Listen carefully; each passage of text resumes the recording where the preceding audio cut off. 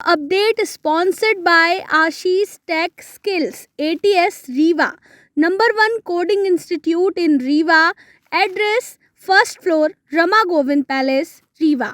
मध्य प्रदेश में चुनावी माहौल चरम पर है। विधानसभा चुनाव बेहद दिलचस्प मोड़ पर पहुंच गया है और हर जगह बीजेपी और कांग्रेस के अलावा निर्दलीय प्रत्याशी जो या तो बागी हैं या फिर पहले से ही चुनाव मैदान में डटे हुए हैं, वह अपनी ही पार्टियों के लिए मुश्किलें खड़ी कर रहे हैं।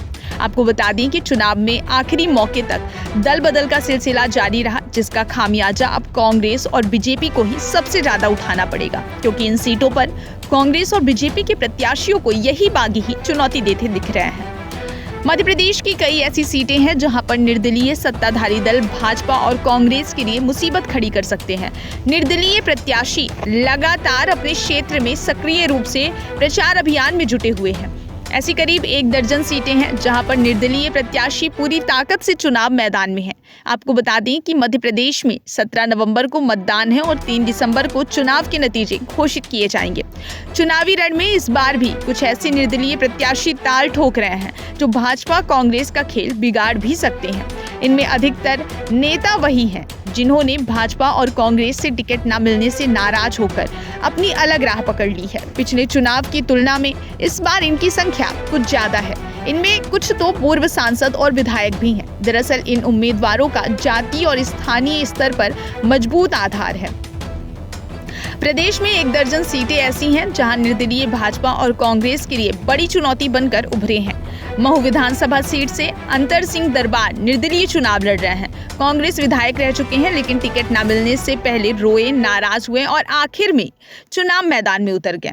मालवा से ओम रघुवंशी, होशंगाबाद से भगवती चौरे, धार से कुलदीप सिंह बुंदेला, मल्हारगढ़ से श्यामलाल जोगचंद, बड़नगर से राजेंद्र सिंह सोलंकी, भोपाल से नासिर इस्लाम और आमिर अकील भी निर्दलीय ताल ठोक रहे हैं।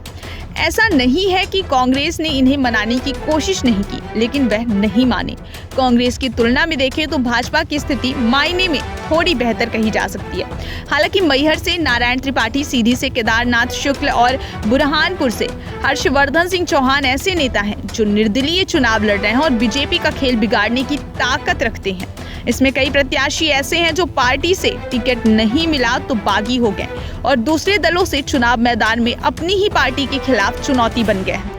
पिछले चुनाव की बात करें तो 4 निर्दलीय चुनाव जीते थे। इनमें से प्रदीप जायसवाल और विक्रम सिंह राणा इस बार भाजपा के टिकट पर चुनाव लड़ रहे हैं। वहीं सुरेंद्र सिंह शेरा और केदार डाबर कांग्रेस के प्रत्याशी हैं। इससे पहले 2013 में दिनेश राय, मुनमुन, सुदेश राय और कल सिंह भाबर निर्दलीय चुनाव जीते थे। इस बार तीनों अब भाजपा के टिकट पर चुनाव लड़ रहे हैं। Update sponsored by Ashish Tech Skills, ATS Rewa, #1 Coding Institute in Rewa. Address: first floor, Rama Govind Palace, Rewa.